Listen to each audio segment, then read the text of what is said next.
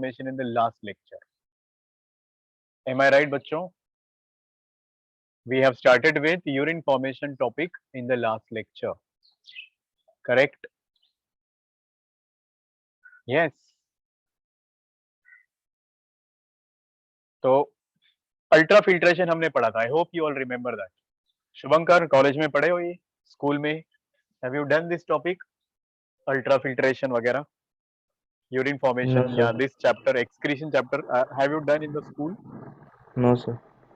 Okay, no problem. चलो बच्चों, let's continue. क्या क्या याद है आपको, बताओ मुझे इसके बारे में, अल्ट्रा फिल्ट्रेशन के बारे में. Yes, children, tell me what things you remember. Bhumi, what all things you remember about this ultrafiltration? Yes, Bhumi, tell me. I guess urine is filtered 2 times. अच्छा, yesterday you people attended the lecture ना, वो botany वाला एक chapter sir पढ़ा रहे हैं. You attended that, no? Upmanyu, Yes. were there? खत्म हो गया chapter वो? Is it No, done? sir. नहीं हुआ? अच्छा, चलो फिर आ जाओ इधर. Ultra filtration is filtration of blood under high pressure. ये हमने पढ़ा था डेफिनेशन इसका. क्या था definition? Filtration of blood under high pressure. Next, where this process of ultra filtration takes place, tell me. कहाँ होता है ये ultra filtration?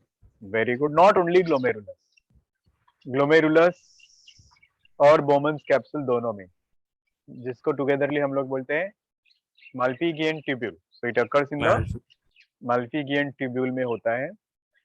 Is it active और पैसिव, टेल मी. यस बच्चों. It is not active, it is passive process. इसके लिए कोई energy की जरूरत नहीं होती है, क्योंकि सब्सटेंसेस हायर कॉन्सेंट्रेशन से लोअर कॉन्सेंट्रेशन में मूव करते हैं. तो ये पैसिव प्रोसेस है. And it depends upon size of the substance.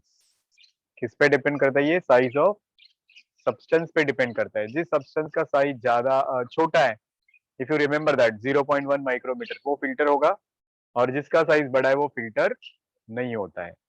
याद आया ये? यहां तक हमने पढ़ा था. बोलो बच्चों, do you remember this? Correct. तो if you look at that structure of that Bowman's capsule, अगर ये याद है Bowman's capsule का स्ट्रक्चर आपको? यस, ये कप शेप होता है, और इसी कप शेप के अंदर होता है क्या प्रेजेंट होता है? यस, इस कप शेप के अंदर ही होता है अपना ग्लोमेरुलस. तो ग्लोमेरुलस का जो वॉल है बच्चों, वो बना हुआ रहता है छोटे छोटे होल्स, या वो कैपिलरीज है. ये रहा आपका afferent arteriole with more diameter, और अंदर रहेगा आपका ये इफरेंट आर्टरियोल गया बाहर. And here you have got many small small capillaries. ऐसे मान लो दीज आर योर कैपिलरीज. बराबर है? तो ये कैपिलरीज में again here when you say it has got endothelial cells. इसी को अगर मैं अलग से ड्रॉ करूं, अब ये पार्ट को अगर हम लोग ऐसे ड्रॉ करेंगे, आपका ये सेल्स है कैपिलरीज का, जिनको बोलते हैं एंडोथेलियल सेल्स, लाइक दिस. और इन एंडोथेलियल सेल्स में होते हैं छोटे छोटे पोर्स, छेद. और इन छोटे छोटे पोर्स या छेद को बोलते हैं हम लोग, you can call them as a fenestrae. क्या बोलेंगे इनको हम लोग? फेनेस्ट्रे. इसका वॉल है ये. This is the wall of your capillary. ठीक है. अब इसके ही क्लोज कांटेक्ट में ये इनर लेयर आता है. You remember the name for this? Yes बच्चों, what do you call this as inner layer? As visceral layer. और इस विसरल लेयर में कुछ स्पेशल सेल्स होते हैं. If you remember the name of the cells which look like this, feet. But before that ये यहाँ होगा आपका basement membrane. This is going to be the basement membrane, और इसी के नीचे होंगे आपके वो cells which look like this feet. याद आया इन सेल्स को क्या बोलते हैं हम लोग? भूमि, what do you call these cells as? याद है? Very good, podocytes. तो ये पोडोसाइट्स में जो फिंगर लाइक स्ट्रक्चर्स हैं, these are called as, what do you call these finger like structures? Microvilli. No. These finger like structures are called as a pedicels. pedicels. और अब यहाँ जो blood present है अंदर, इसके अंदर जो ब्लड प्रेजेंट है, मतलब यहाँ पर, वो पहले इन पोर्स में से या ये जो फेनेस्ट्रा इसमें से बाहर आएगा, और फिर इन पेडिसेल्स में जो गैप होता है, यहाँ पे भी छोटे छोटे छेद होते हैं इधर, इनको क्रॉस करेगा. So the blood will come out of the endothelial cells. These cells are called as endothelial cells. किसके सेल्स है ये? endothelial cells are the cells of this glomerulus. इसमें से वो ब्लड फिल्टर होके इन पोडोसाइट्स को क्रॉस करके अब आएगा आपके इस पैसेज में, ये वाले पैसेज में. What do you call this passage as? बोलो बच्चों, क्या बोलते हैं इस पैसेज को? हाँ भूमि? Renal space. अरे रे कुछ भी बोल रहा है. रीनल स्पेस या यूरिनरी स्पेस, ठीक है. एफरेंट आर्टेरियोल तो ये रहा, दिस इज एफरेंट आर्टेरियोल, ये है इफरेंट आर्टेरियोल. उपमन्यु समझ में आया क्या? बोलो बच्चा. तो अब यहाँ जो आया है उसको हम लोग बोलेंगे filtrate. What you call the fluid which has reached here in this space? इस फ्लूइड को हम लोग अभी क्या बोलते हैं बच्चों? हाँ उपमन्यु, क्या बोलेंगे इस फिल्ट्रेट, ये जो फिल्टर होके आया है इधर, इसको हम लोग बोलेंगे अभी filtrate. Is this clear to you? Tell me, क्या बोलते हैं इसको? Glomerular filtrate. सिर्फ फिल्ट्रेट ही नहीं बोलते हम लोग, ग्लोमेरुलर फिल्ट्रेट बोलते हैं. या you can also call it as a primary urine. You can call it as a primary urine, or you can also call it as deproteinized plasma. Deproteinized plasma. ऐसा क्यों बोलते हैं भाई हम लोग इसको deproteinized plasma? क्यों बोलेंगे? क्योंकि इसके अंदर वो सब कुछ है जो ब्लड में होता है. इस ब्लड में जो जो चीजें प्रेजेंट है वो सब फिल्टर होके आ जाती है, except something. याद करो भूमि, what was that which is not filtered? Can you tell me? क्या फिल्टर नहीं होता है? सिर्फ आपके blood cells, RBC, WBC, platelets और प्रोटीन्स, ये सिर्फ फिल्टर नहीं होता है. These are the only things which are not filtered, otherwise whole blood is filtered. तो ये सब ब्लड में बचेगा.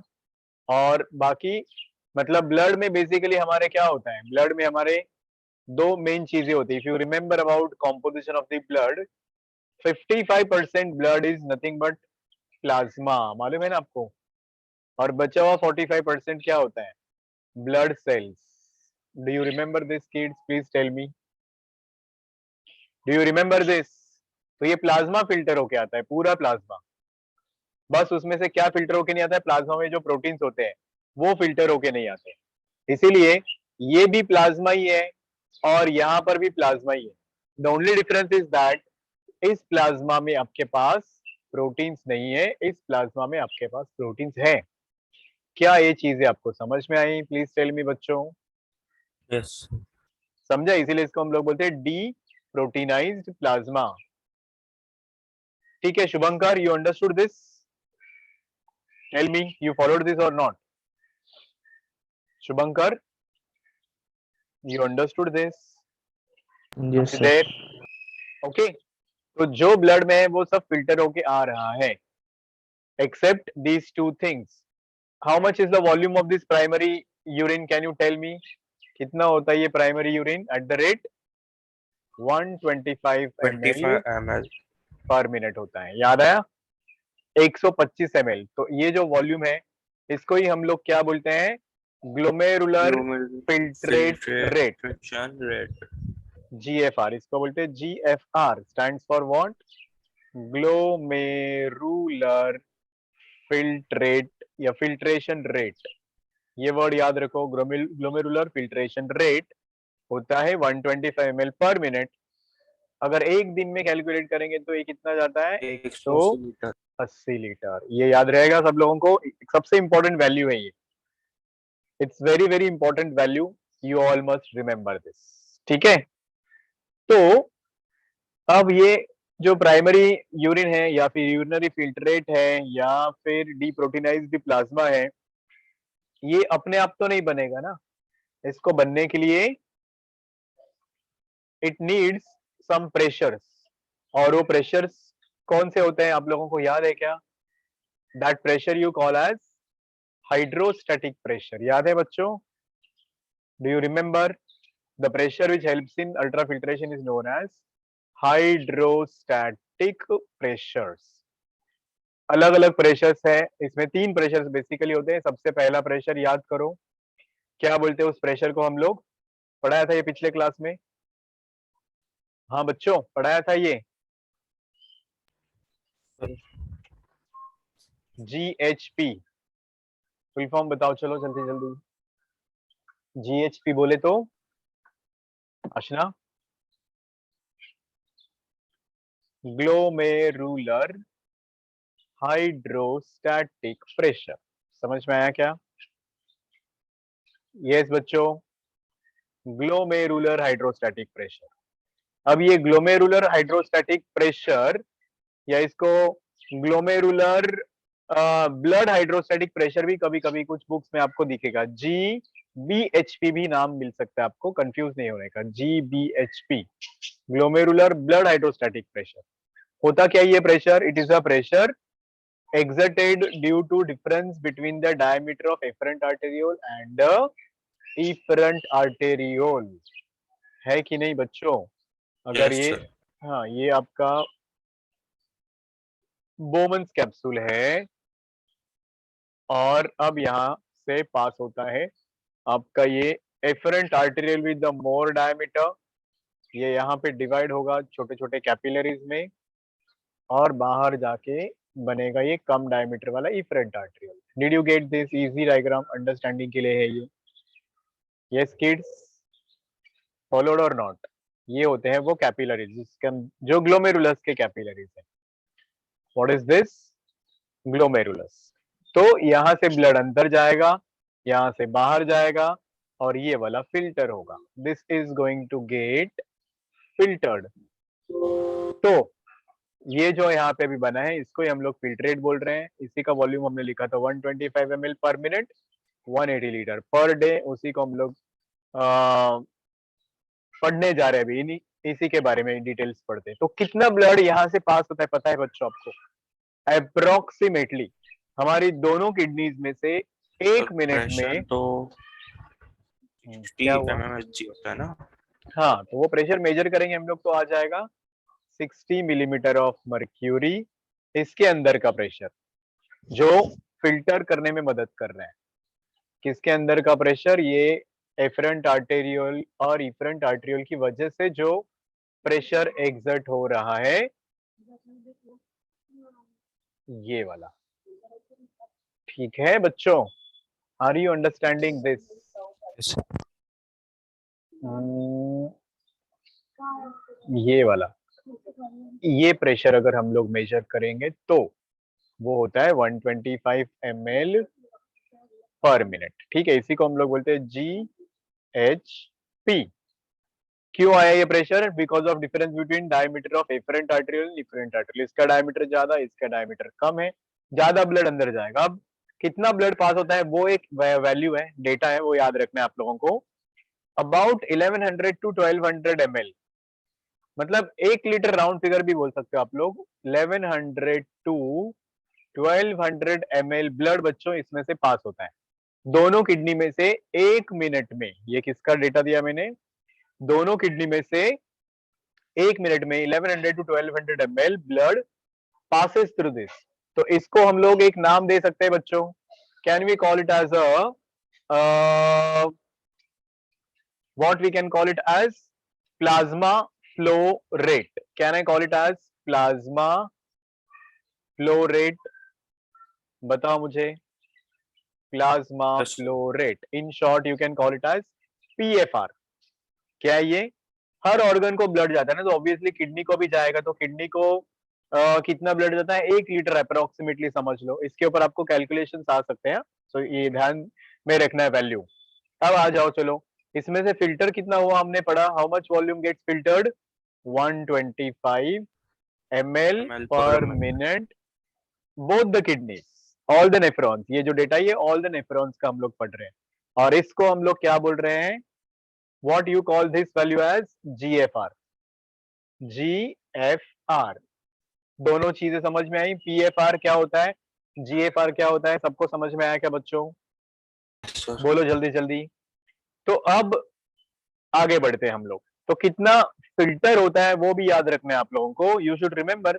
अभी आप लोग बोलोगे, अगर मैं पूछूं यहाँ पे 125 ml कैसे आया, या फिर how do you calculate this 125 ml, minus करोगे आप लोग 1100 या 1200 में से, तो that should be the right answer ना। उसको हम लोग क्या बोलेंगे बच्चों, प्लाज्मा फ्लो रेट बोलेंगे, है ना। ऐसे ही बोलोगे ना आप लोग, प्लाज्मा फ्लो रेट मतलब क्या, कितना, मतलब वैल्यूज में आप लोग कंफ्यूज हो रहे। Now I will tell you the thing is that, इसमें बहुत सारी चीजें, दिस हैज गॉट 2 थिंग्स।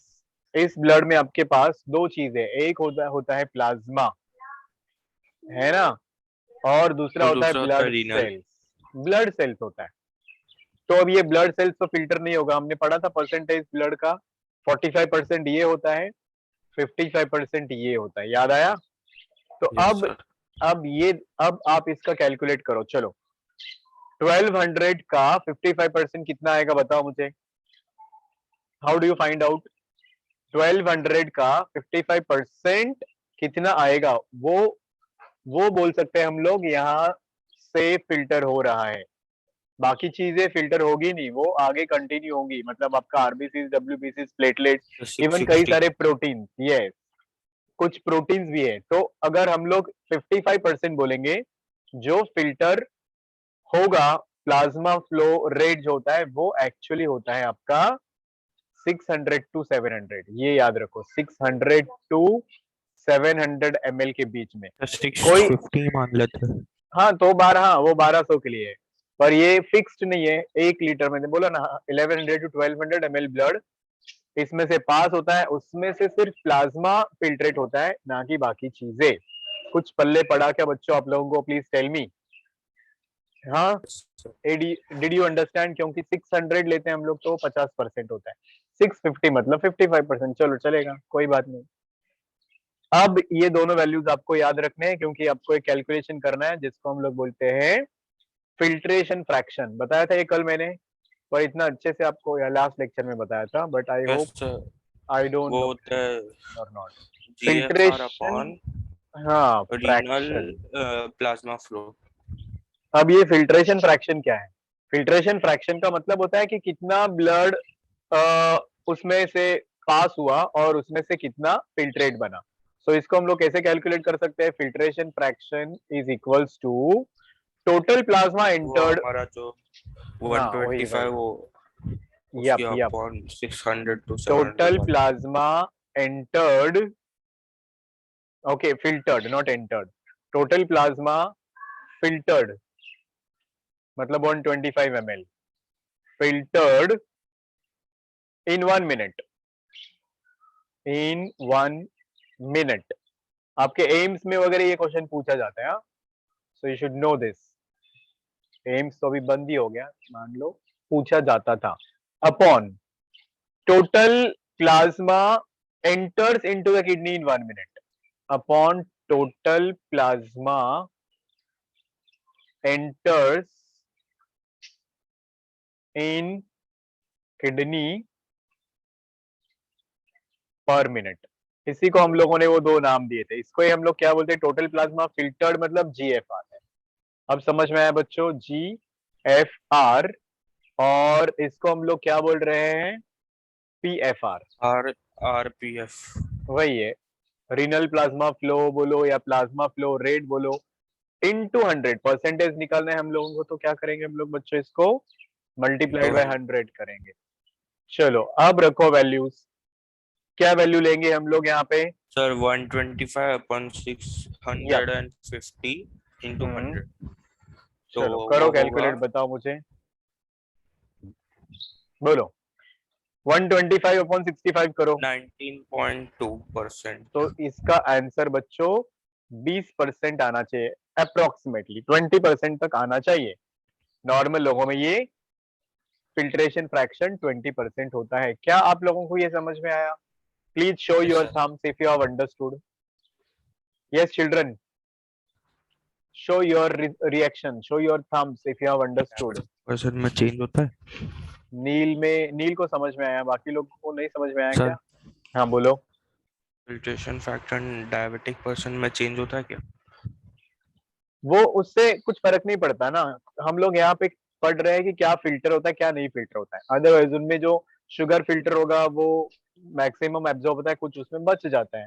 अब आई होप नाउ ये चीज आपको समझ में आई है। ग्लोमेरुलर फिल्ट जीएचपी क्या होता है, फिल्ट्रेशन फ्रैक्शन क्या होता है। Is this clear to everybody? Please tell. हाँ, अब यहाँ पे, अब अगर नीट में आपको डायरेक्टली बोला है कि the amount of blood entering into the kidney पर मिनट इज 1200, यहाँ पे अगर 1200 एग्जैक्ट वैल्यू दिया है तो आप लोगों को 55% उसका निकालना पड़ेगा। अगर उसके बदले 1100 ml बोला है तो उसका 55% आपको अलग से निकालना पड़ेगा। Are you understanding? बोलो बच्चों। सर. तो यहाँ पे फंसते हैं आप लोग। This is the place where you people can you no lose your marks. तो अच्छे से प्रैक्टिस करो फिल्ट्रेशन फ्रैक्शन वाले क्वेश्चंस। ठीक है बच्चों, is it okay? Everybody comfortable, confident? बात करते रहो मेरे साथ, सिर्फ यहाँ बैठने के लिए आए हो क्या आप सर. लोग ऑडियंस बन के? Neel is reacting, Upamanyu is reacting, Bhumi you okay with this? Aashna, Shubhankar, MK comfortable है? समझा क्या? बोलो जल्दी जल्दी। Yes, sir. ओके, एमके बोलो, क्या बोलते हो? कुछ पल्ले पड़ा क्या? क्या चीज पढ़ी हमने ये? हाँ MK, are you there listening? Yes, sir. चलो अब दूसरा प्रेशर पढ़ते हैं अपन लोग।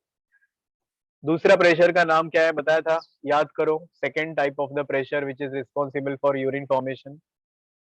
यूरिन फॉर्मेशन में GBHP. 3 स्टेप्स होते हैं। पहला स्टेप अल्ट्राफिल्ट्रेशन, दूसरा step selective Tubular reabsorption, reabsorption. Selective reabsorption और ट्यूबुलर रीएब्जॉर्प्शन, और तीसरा स्टेप ट्यूबुलर सिक्रीशन। तो अब आ जाओ स्टेप नंबर, आई मीन ये दूसरा फिल्ट्रेशन प्रेशर का नाम है BCOP। फुल फॉर्म याद है? Blood Blood colloidal colloidal osmotic pressure. Osmotic pressure. ठीक है, तो ये क्या होता है बच्चों? ब्लड कोलॉइडल ऑस्मोटिक प्रेशर का मतलब है, अब ये वाला जो प्रेशर है GHP, इसके अगेंस्ट काम करने के लिए 2 प्रेशर्स होते हैं, और वो 2 प्रेशर्स कौन से हैं बच्चों? दैट इज BCOP BCOP और और CHP. CHP। तो ये BCOP मतलब ये, अब इसके अगेंस्ट कौन काम करेगा? इसके अगेंस्ट काम करता है ये, GBHP. हाँ, इसके अंदर का प्रोटीन। इसके अंदर होता है स्पेशली अल्ब्यूमिन नाम का प्रोटीन। तो ये अल्ब्यूमिन नाम का प्रोटीन उसके अगेंस्ट काम करेगा, ये यहाँ पे एक्ट करेगा। It will work against it, that you need to remember kids. इस डायरेक्शन में काम करे, मतलब उसको रोकेगा यहाँ से आने से, फिल्टर सर होने एक से ये नेट प्रेशर भी निकाल. रोकेगा। हाँ निकाला है, हमने पढ़ा है वो भी। ये समझ में आया बच्चों? क्या बोलेंगे इस प्रेशर को हम लोग? BCOP मतलब pressure exerted by proteins present Blood. In the blood, special protein जिसका नाम मैंने बोला अल्ब्यूमिन।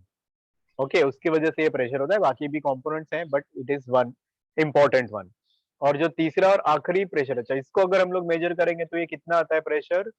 30 mmHg।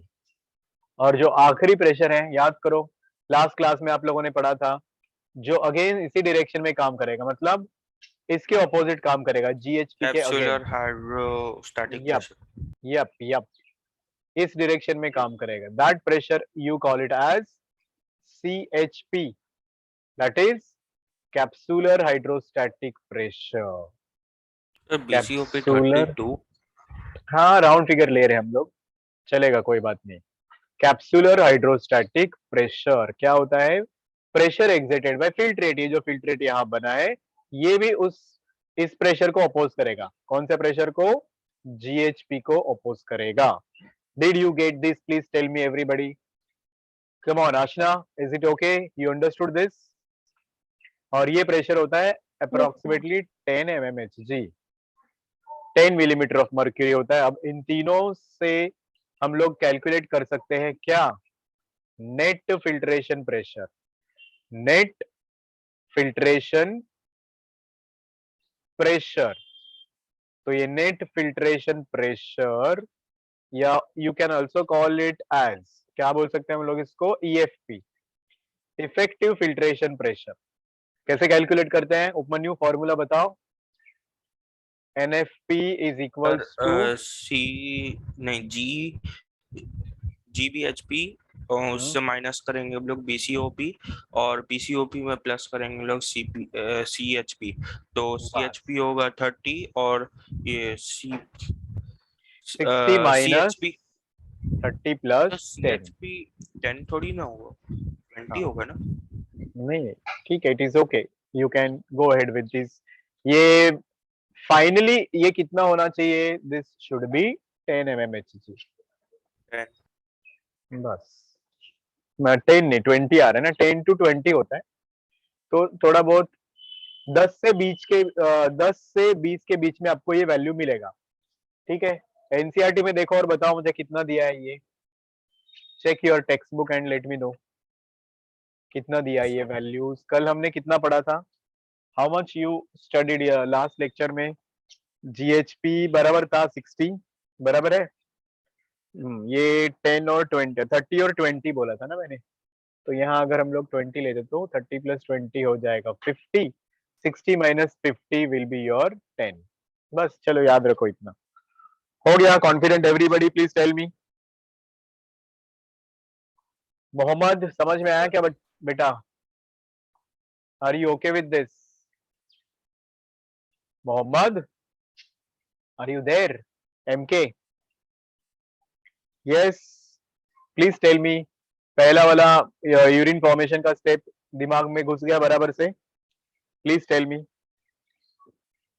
मोहम्मद सुन रहा है क्या? यस।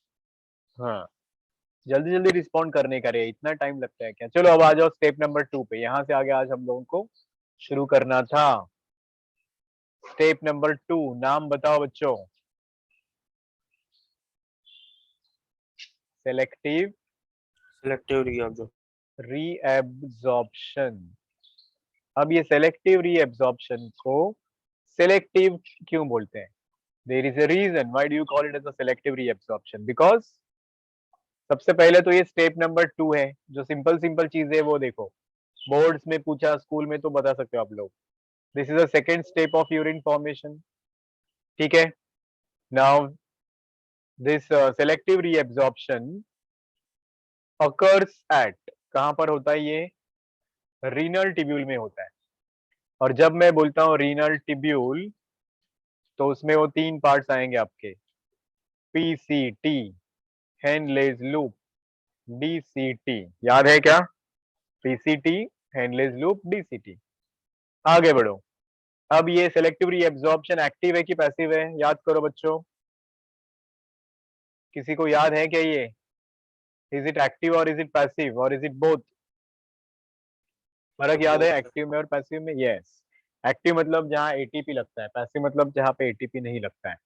तो दिस इज बोथ। कुछ सब्सटेंसेस एब्जॉर्ब होते हैं by the expenditure of ATP, कुछ सब्सटेंसेस एब्जॉर्ब होते हैं विदाउट एक्सपेंडिचर ऑफ एटीपी। तो सिर्फ वाटर और chloride ions, water, chloride ions and urea, ये चीजें बिना एनर्जी के रीएब्जॉर्ब होते हैं। यूरिया भी रीएब्जॉर्ब होता है स्मॉल क्वांटिटी में, याद रखो बच्चों। Water is absorbed by osmosis, ये तो आप लोगों को पता ही है। Osmosis is a type of a passive absorption. सुन रहे सब लोग? Chloride ions are absorbed by diffusion, even urea is absorbed by diffusion. Is this clear everybody? क्या बोलते हो बच्चों, बताओ मुझे। अब और कई सारे सब्सटेंसेस होते हैं उस फिल्ट्रेट में, वो एब्जॉर्ब होते हैं एक्टिवली, जैसे कि ग्लूकोज आ गया, इसको एब्जॉर्ब करने के लिए एनर्जी चाहिए, एमिनो एसिड्स के लिए एनर्जी चाहिए, sodium ions, potassium ions, magnesium ions, calcium ions, कई सारे सब्सटेंसेस है, सॉल्ट्स बेसिकली एक्टिवली एब्जॉर्ब होते हैं, बट यहाँ पे क्लोराइड आयंस नहीं होंगे। बस ये चीज समझ में आई आपको बच्चों? Tell me, is this clear to you? बोलते रहो मेरे साथ, बात करते रहो। I want your mouth open, खाली बैठने का नहीं यहाँ। हेलो, आर यू देयर बच्चों? Yes sir. ठीक है, तो अब ये जो फिल्ट्रेट है, इस फिल्ट्रेट का कॉम्पोजिशन मैंने बताया था, आप लोगों को याद है क्या? इसके अंदर क्या क्या चीजें होती है? ये जो फिल्ट्रेट बना है, it consist of some things. क्या क्या प्रेजेंट होता है इसके अंदर, बताओ मुझे, किसको किसको याद है? यहीं पे जो मैंने लिखे है सब्सटेंसेस वही है वो। The composition of this filtrate is nothing but whatever I have written here, ये चीजें। इसके अंदर क्या क्या प्रेजेंट होगा? इसके अंदर होता है ग्लूकोज, इसके अंदर होता है एमिनो एसिड्स, इसके अंदर होगा sodium ions, potassium ions, calcium ions, magnesium ions, then it has got of course water, then wastes रहेंगे, main waste of human beings is urea, small quantity of ammonia भी इसमें present होता है, uric acid भी present होता है। उसके अलावा it also consists of hippuric acid, जो बेंजोइक एसिड से बना हुआ रहता है, हिप्प्यूरिक एसिड है, क्रिएटिन होता है, ये सब इसमें प्रेजेंट है, इसलिए इसका वॉल्यूम बहुत ज्यादा होता है। कितना ज्यादा हमने पढ़ा? It is about 125 ml per minute और 180 लीटर्स पर डे। ये चीज याद है आप लोगों को बच्चों? समझ में आया सब लोगों को? Please tell me. तो अब इन सब्सटेंसेस में से, ये जो जो सब्सटेंसेस है, इनमें से कुछ सब्सटेंसेस कंप्लीटली ब्लड में एब्जॉर्ब होते हैं। ब्लड मतलब क्या? जो नेफ्रॉन आप लोगों ने पढ़ा है ना, याद है ना? जो नेफ्रॉन हम लोगों ने पढ़ा है, उसके बाजू में जो ब्लड वेसल्स होते हैं, ये देखो, ये आपका पीसीटी है, उसके बाद में ये रहा लूप ऑफ हेनले, बराबर, this is loop of Henle. ये थोड़ा सा ब्रॉड होता है तो हम लोग इसको ब्रॉड दिखा सकते हैं। And then this is DCT which will open into your collecting duct. Am I right बच्चों? Are you understanding? तो इसमें जो Yes, ब्लड, sir. वो ब्लड का जो नेटवर्क था, क्या नाम था उस ब्लड के नेटवर्क का? यहाँ से आया एफरेंट आर्टेरियोल, इसने बनाया ग्लोमेरुलस, यहाँ से निकला इफरेंट आर्टेरियोल, और इस इफरेंट आर्टेरियोल ने बनाया यहाँ पे एक पूरा नेटवर्क लाइक दिस, और ये गया रीनल वेन में ओपन होने। याद आया आप लोगों को बच्चों? प्लीज टेल मी, क्या नाम है इस नेटवर्क का, बताओ तो। What do you call this network as? Ashna, remember this? इसको बोलते हैं पेरीटिब्युलर नेटवर्क। Approximated. ना रे, ये वाला नेटवर्क, पेरीटिब्युलर नेटवर्क। इसी के अंदर, इसी ब्लड के अंदर ये सब सब्सटेंसेस एब्जॉर्ब होते हैं। समझ में आया क्या? जो फिल्ट्रेट है हमने अभी यहाँ पे बनाया है, इस फिल्ट्रेट में से यूजफुल सब्सटेंसेस, ये है आपका फिल्ट्रेट। इस फिल्ट्रेट में से all the useful substances are absorbed into the blood. blood मतलब ये पेरिटिब्युलर नेटवर्क। अब समझ में आया क्या, बताओ मुझे बच्चों? Tell me, now you followed this? Yes बच्चों, टेल मी यस और नो। Yes, sir. तो यही वो फिल्ट्रेट है। अब इस फिल्ट्रेट में से हमें सिर्फ यूजफुल सब्सटेंसेस चाहिए। तो सिलेक्टिव रीएब्जॉर्प्शन क्यों? क्योंकि absorption of selected substances, that is selective reabsorption. क्यों? क्योंकि ये सिलेक्टेड सब्सटेंसेस डाइजेशन के टाइम में ब्लड में एब्जॉर्ब हुए थे, इंटेस्टाइन में से, विलाई में से। अब ये फिल्टर हो चुके हैं, अब वापस ये ब्लड में चाहिए, इसीलिए इसको हम लोग रीएब्जॉर्प्शन बोलते हैं। कुछ पल्ले पड़ा बच्चों? प्लीज टेल मी, समझा रीएब्जॉर्प्शन क्यों?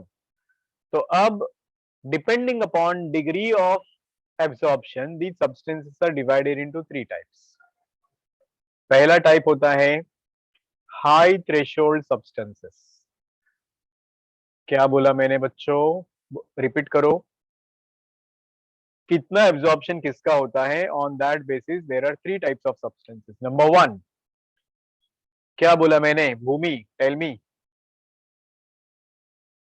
Yes, hello Bhumi. Repeat the question. On the basis of degree of absorption, all these substances are classified into 3 types. ठीक है, इसमें से पहला वाला होगा आपका हाई थ्रेशोल्ड सब्सटेंसेस. समझ में आया? तो कौन से बेसिस पे इनको डिवाइड किया है हमने? डिग्री ऑफ एब्जॉर्प्शन पे. अब समझा? तो देखो, glucose is a high threshold substance. क्यों ग्लूकोज हाई थ्रेशोल्ड सब्सटेंस है? क्योंकि glucose should not be present in the urine of a normal man. Do you agree with me? तो इसको कंप्लीटली एब्जॉर्ब होना पड़ेगा ब्लड में. Did you understand this? Please tell me. Hello बच्चों, कुछ पूछ रहा हूं मैं, समझ में आ रहा है क्या?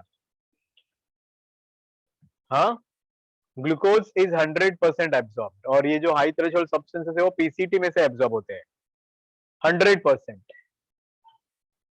अब यहाँ पे एक डाउट आपके दिमाग में आना चाहिए, अगर ग्लूकोज 100% एब्जॉर्ब होता है तो फिर then why do people suffer from diabetes? है ना सवाल? बोलो बच्चों, come on tell me. Hello. तो यहाँ पे एक Yes, sir. एस्ट्रिक, यहाँ पे एक कंडीशन आता है. कंडीशन ये है कि ये 100% तब एब्जॉर्ब होगा अगर इसका नॉर्मल रेंज ब्लड में है. तो आप लोगों को पता है ग्लूकोज का नॉर्मल रेंज होता है 80 to 120. ग्लूकोज का नॉर्मल रेंज होता है बिटवीन 80 to 120. 80 से 120 मिलीग्राम पर 100 ml ऑफ ब्लड. अगर इस रेंज में है ब्लड में तो ये कंप्लीटली एब्जॉर्ब होगा. अगर ये ज्यादा होगा तो मतलब diabetic patients you can say, अगर ये 180 मिलीग्राम पर 100 ml ऑफ ब्लड है तो वो कंप्लीटली एब्जॉर्ब नहीं होगा. कुछ पल्ले पड़ा? Please tell me. तो इसको बोलते हैं रीनल थ्रेशोल्ड. ये जो नॉर्मल रेंज है इसको हम लोग क्या बोलते हैं? Renal threshold. अगर ये रीनल थ्रेशोल्ड में है तो ही वो कंप्लीट एब्जॉर्ब होगा, अगर नहीं है तो फिर कंप्लीटली एब्जॉर्ब नहीं होगा. समझ में आया बच्चों? मीटिंग एंड होने को आया, वापस आना है सबको. ठीक है, नोबडी विल रन अवे. आगे सुनो, ग्लूकोज के साथ में एमिनो एसिड्स भी इसी कैटेगरी